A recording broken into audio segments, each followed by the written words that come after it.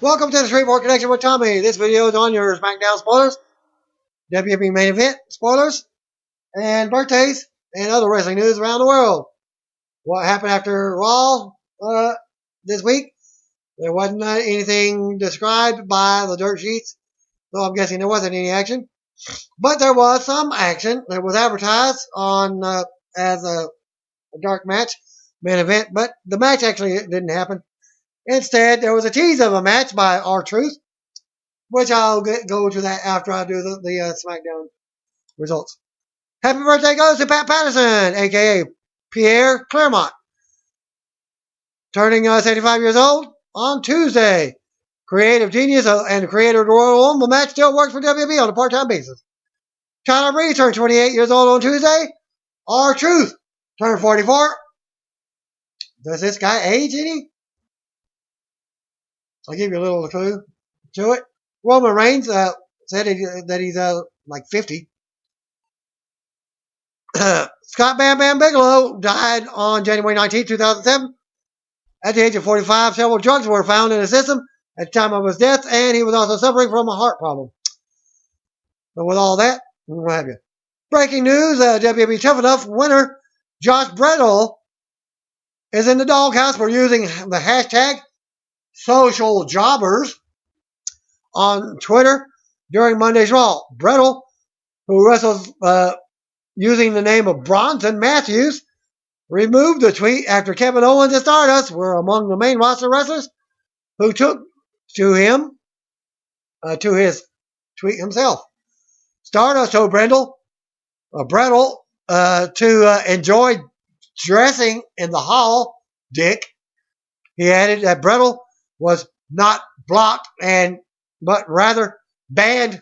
Meanwhile, Owens mocked him by writing, "Look at the veteran here," with the big fancy insider terms. Owens also wrote that people like him fizzle out by themselves pretty quick anyway, unquote.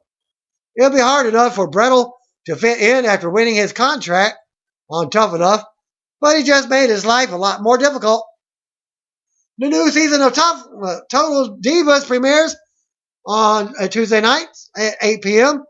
The show featured a new cast member, Mandy, that I said a couple months ago, who was known as Amanda when she was a runner-up on the latest season of Tough Enough. Read more on the premiere and video teasers at eonline.com. Big issue coming out of last season is that Nikki Bella will tell John Cena about Dolph Ziggler attempting to kiss her, which did happen on this week's episode. Ziggler is in trouble. Oh, wait. Total Divas is a taped reality show, and Ziggler still works for WWE, so all is good. Still, it should be comical to see how it played out. Apparently, Trinity, Naomi, and Jimmy Uso were too likable, but they are no longer cast members. But Alicia Fox is returning to the show and isn't happy about being dumped by Wade Barrett. Yeah, they used to date in real life.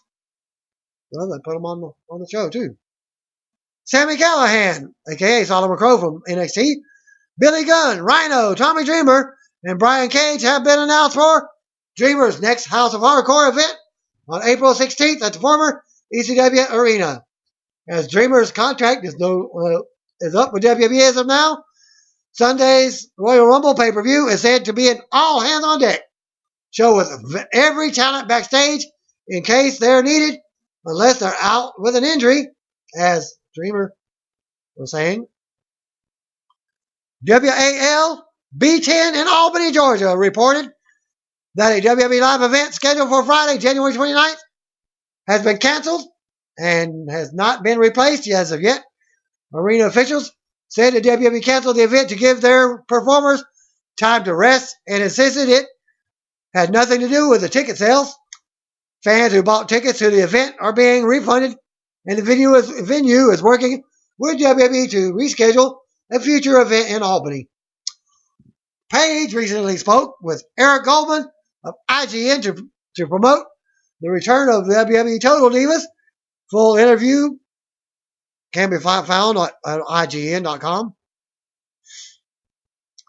IGN says it's an amazing it's an interesting time with WWE. You're able to show these different sides of yourselves and show what the non-in-ring persona is. Last summer, you were appearing on WWE's regular weekly programming and Total Divas and Tough Enough, all as very different facets of your life, of yourself. And Paige comments, it's really cool because Tough Enough, I had to stay in character, but could show a little bit of myself as well. WWE, I'm just full on Paige. My in-ring character, Total Divas, is where I can completely be myself and be my lunatic weird person. It's cool, but you have to switch on and off to all different things because Total Divas could be a filming at Tough Enough. We went from Raw, where I was completely my character all the way, to Tough Enough, where I could be half character, half me, and then Total Divas is filming. So I have to be completely Paige. My outside self, it was very random, but I learned quickly how to switch between the different characters. It's kind of wild. IGN asks, obviously the PCB era is over for now, but what was fun for you as those people came up from NXT? That you got to align with them for a while. Paige comments back, I loved it. I love all the girls that came up, and they all deserved it and are amazing athletes. It was fun. Our team had to break up at some point, and you needed someone a little bit edgier to shake things up. I definitely pitched to shake things up and break the group up a little bit. And she laughs. My character is one that doesn't really play well with others anyway when we're inside the WWE ring. So what's a better way to do it than have me screw them all over again? It was definitely fun, and now I get to work with them on opposite corners. WWE Hall of Famer Tammy Sunny Fitch was auctioning off her Hall of Fame ring. Well, apparently, TMZ reported that Vivid Entertainment boss Steve Kern has now offered $100,000 for the ring, and in return, he wants Sunny to shoot a 90-minute sex tape. Vivid would allow Sunny to choose her partner and the location for the taping. Well, Sunny spoke with TMZ in an interview to air on the TMZ Sports Show, and she said she's flattered with the $100,000 offer, but she feels she's worth more money. Hirsch is serious about the offer and wants to do the shoot in the next 2 weeks. So he's probably going to up the ante. We'll just offer what she's offering for the ring and then pay her more for the video.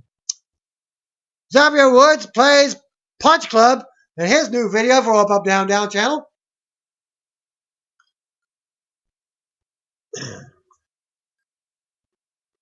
Shawn Michaels will be making an appearance at April 16th House of Hardcore event that I mentioned about earlier.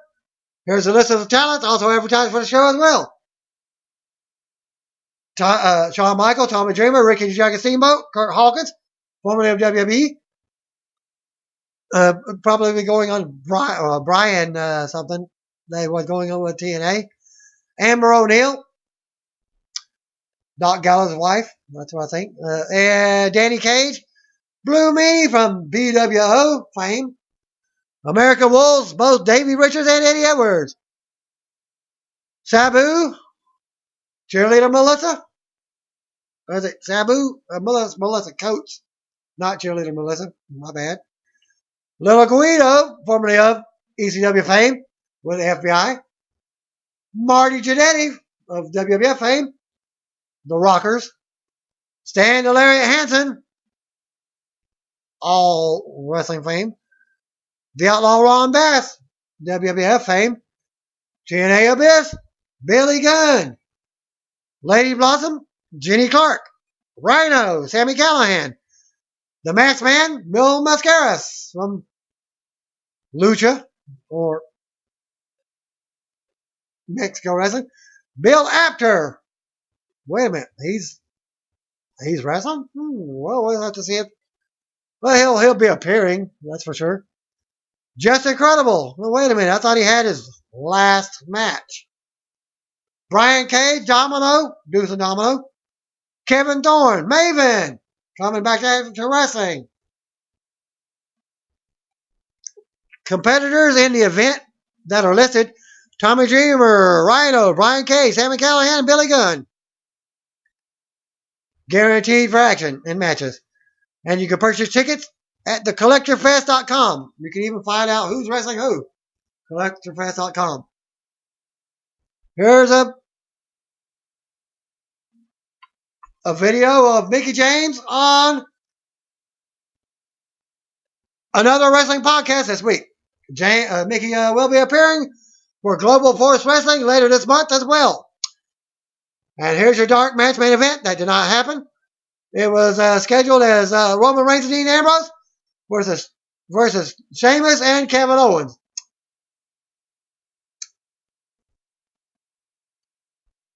Main event spoilers, thanks to the first results came from David Wallace at the SmackDown tapings in Dayton, Ohio, from Wright State University's Nutter Center.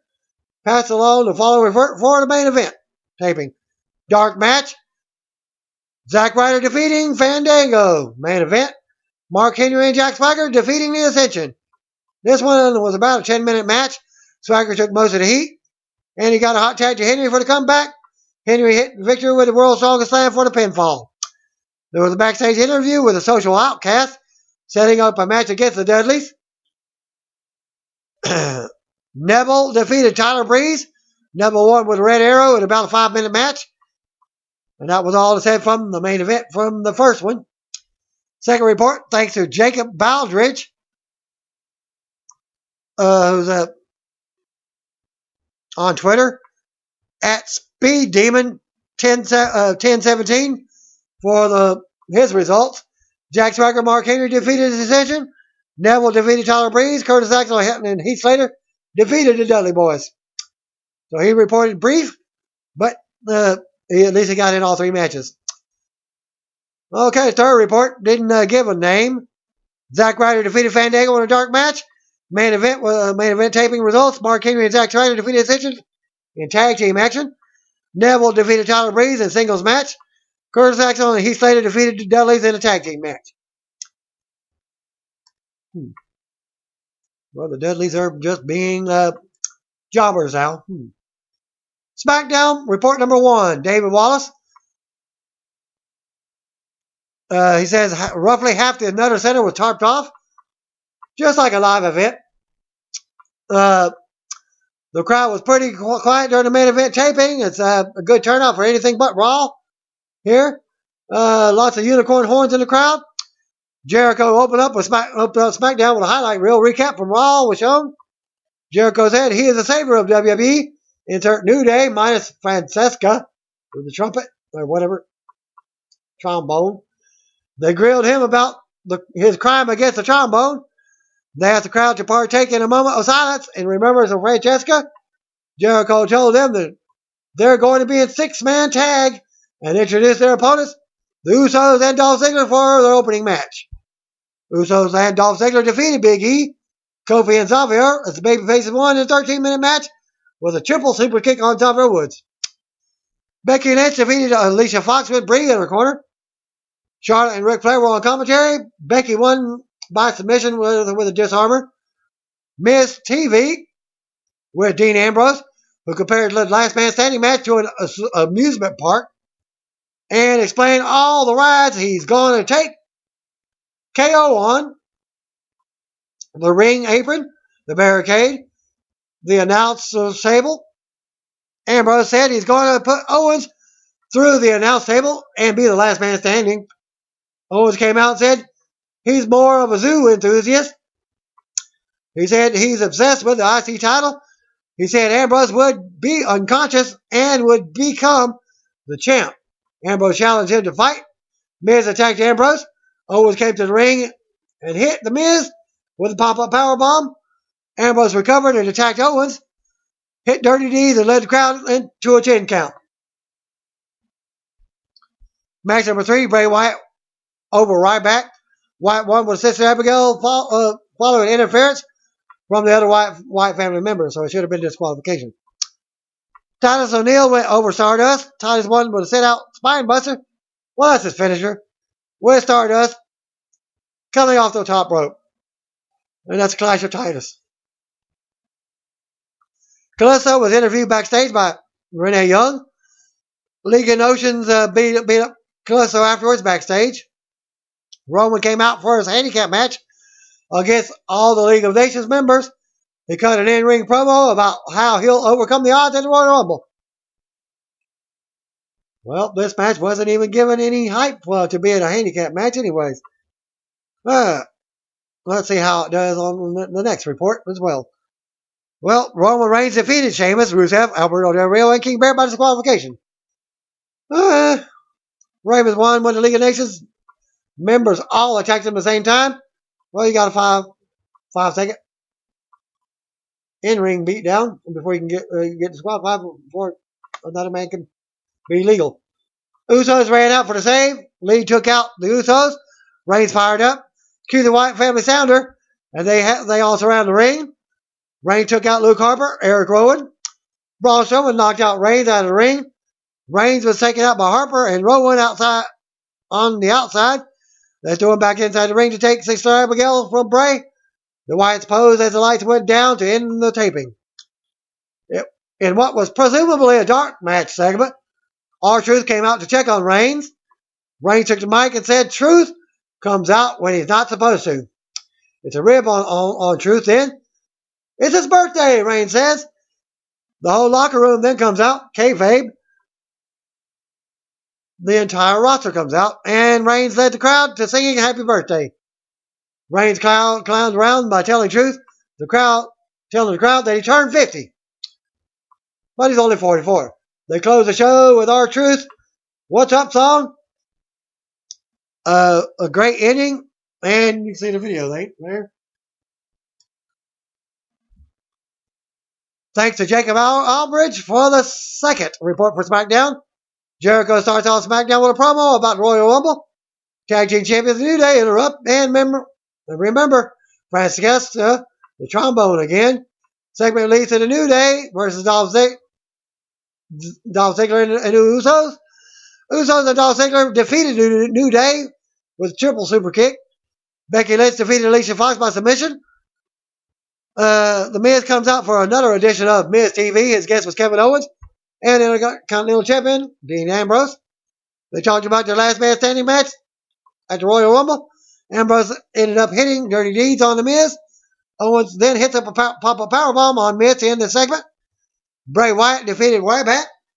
Titus O'Neil defeated Stardust. World Heavyweight Champion Roman Reigns defeated Rusev, Sheamus, King Barrett, and U.S. Champion Alberto Del Rio in a handicap match by disqualification. Usos ran down to even up the odds to make it 3-on-4. And an assisted Reigns after disqualification. The Wyatts then came to the ring and attacked Reigns and Ambrose, ending SmackDown. Thanks to Eric Lynch for the third report of SmackDown. Jericho comes out to the ring to kick off SmackDown, cut a promo on the Royal Rumble for Sunday. New Day interrupted to pay tribute to Francesca, the trombone again. Segment led to New Day versus Usos and Dolph Ziggler. Usos and Dolph Ziggler defeated the New Day with the triple super kick. Becky Lynch defeated Alicia Fox by submission with a disarmer. Charlotte and Ric Flair were on commentary for the match. The second report didn't say that. Miz making an entrance to the ring to host Miz TV.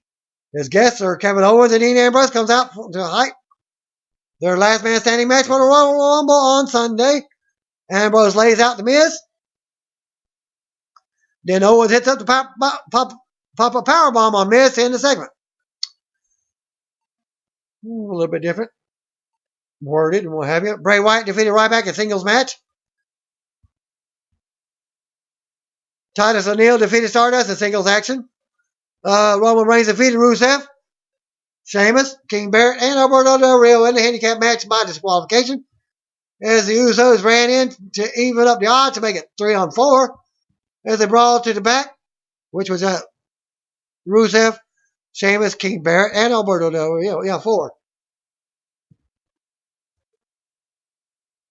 And apparently, Rusev is wearing a new knee pad on his knee, the one that's supposedly injured. So he's not taking any time off for wrestling. And of course, the Wyatt, the lights go out. Wyatt's come in and attack. Surrounding the ring, they lay out Reigns and SmackDown.